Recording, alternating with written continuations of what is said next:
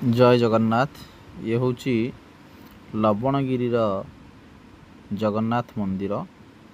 यही मंदिरटी भुवनेश्वर सुंदरपदारू जटण जीवा रास्तार ठीक बामपटे जामुकोड़ी छक पाखरे पड़िबो। जामुकोड़ी छक प्रधान साई बीरीबंध यही पाखापाखी यही मंदिरटी लवणगिरी पहाड़ उपर अवस्थित होइछि।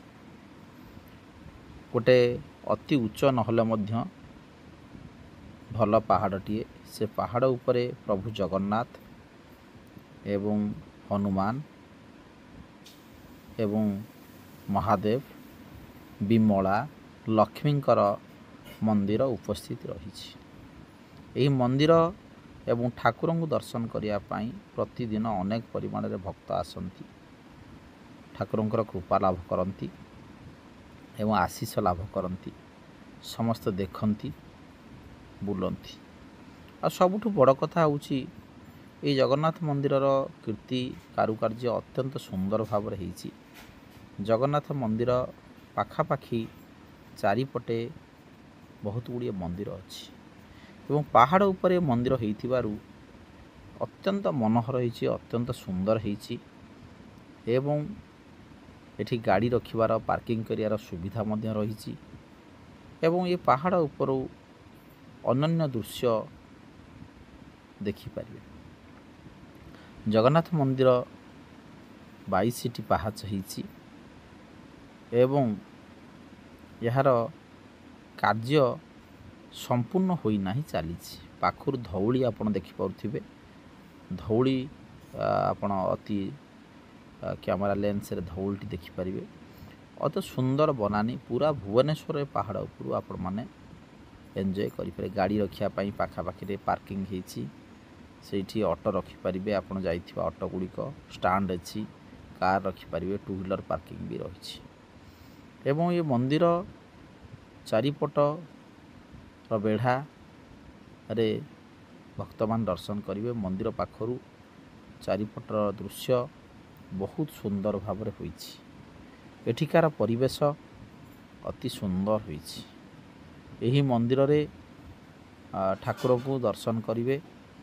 दर्शन कला परे आपण माने एठिकार प्रसाद व्यवस्था थिबार नना माने भी कहउछन्ति। एठी प्रसाद व्यवस्था रहिछि एवं अनेक गुड़िए कार्य तड़े पार्क भली व्यवस्थित चली। टाइल्स पड़ा चली एवं विभिन्न ठाकुरंकर आउ किछि मंडप कार्य चारिपाखर कारुकार्य मध्य निश्चित भाव में बाकी रही। ये भव्य मंदिर टी देखिया पई बहुत भक्त आसती।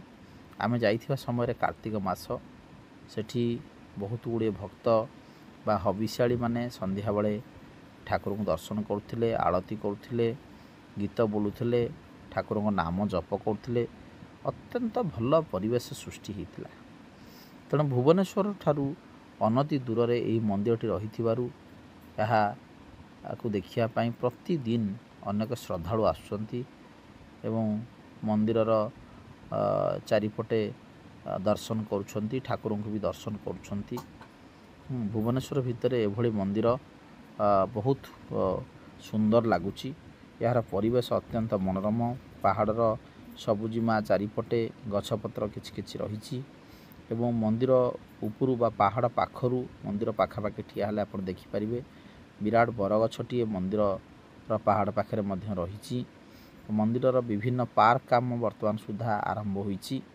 एठी बहुत गुड़िए चिंताधारा करिसेंती, जे मंदिर को करिसेंती चिंताधारा करिसेंती।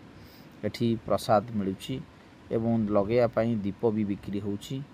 तेणु ये मंदिर पाखरु बा पहाड़ उपरु चारिपटर दृश्य मध्य आपण मान अनन्य दृश्य देखिपारे। निकट रे धौली रहिछि एवं चारि कड़े अनेक गुड़िए पार्किंग व्यवस्था होइछि एवं या कहू सुंदर करिया पई कंस्ट्रक्शन कार्य वर्तमान चारिपटे सुंदर भाव में जारी रही एवं मंदिर उपरू धौलीर चित्र परिष्कार दिशुची। आपण धौलीर दृश्य भी कैमरा लेंस रे देखिपारे। जगन्नाथ मंदिर, बिरला मंदिर ଏବଂ ହନୁମାନଙ୍କ ମନ୍ଦିର, ଶିବଙ୍କ ମନ୍ଦିର, ଲକ୍ଷ୍ମୀଙ୍କ ମନ୍ଦିର ଅତ୍ୟନ୍ତ ମନୋହର ହୋଇଛି। ଆମେ ଯିବା ସମୟରେ ଲକ୍ଷ୍ମୀଙ୍କ ମନ୍ଦିରରେ କିଛି ସମୟ ମା ଲକ୍ଷ୍ମୀଙ୍କୁ ଦର୍ଶନ କରିଥିଲୁ ଏବଂ ଧୂପ ଦୀପ ଦେଇଥିଲୁ। କିଛି ସମୟ ଲକ୍ଷ୍ମୀଙ୍କ ପିଢ଼ାରେ ବସନ୍ତି ସମସ୍ତେ। ଲକ୍ଷ୍ମୀଙ୍କ ବାରଣ୍ଡାରେ ବା ବେଢ଼ାରେ ବସିଲେ ଆପଣମାନଙ୍କର ପୁଣ୍ୟ ମିଳେ, ଲକ୍ଷ୍ମୀଙ୍କ ଆଶୀଷ ମିଳେ। ମା ଲକ୍ଷ୍ମୀ, କରୁଣାମୟୀ ଲକ୍ଷ୍ମୀ ଆପଣଙ୍କୁ ଧନ ଧାନ୍ୟରେ ପରିପୂର୍ଣ୍ଣ କରାନ୍ତି। ମନ୍ଦିରର ଅନନ୍ୟ ଦୃଶ୍ୟ ଅତ୍ୟନ୍ତ ମନ ହୋଇଛି। ଆପଣମାନେ ନିଶ୍ଚିତ ଥରେ ଦେଖନ୍ତୁ, ଆସନ୍ତୁ, ଦେଖିବାର ଠାକୁରଙ୍କର ସୁଯୋଗ ପାଆନ୍ତୁ।